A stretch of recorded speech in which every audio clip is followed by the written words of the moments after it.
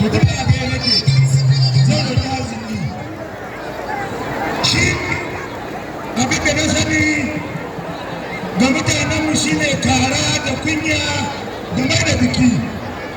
ina magana da yawon ƙaramar hukumar safila inda ta zaɓi ɗanku sau 4 muna roƙon jama'ar ƙaramar hukumar ga su zo a wannan zaɓen su zaɓe mu su zaɓi jam'iyyar NNPP. A ƙarshe ina so in gaya muku wato shi wa'azi zahiri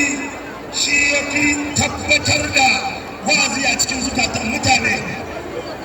Idan mutum ya zo ya ce zai baka riga ka duba ta wuyansa, idan mutum ya ce zai baka riga haka da haushe ya ce ko to ina so jama'ar ƙaramar hukumar Gaya idan za ka yi zaɓe don Allah don annabi ka je su maina ka tambaye su ka ga idanka ka ji a jikinka wa za ka zaɓa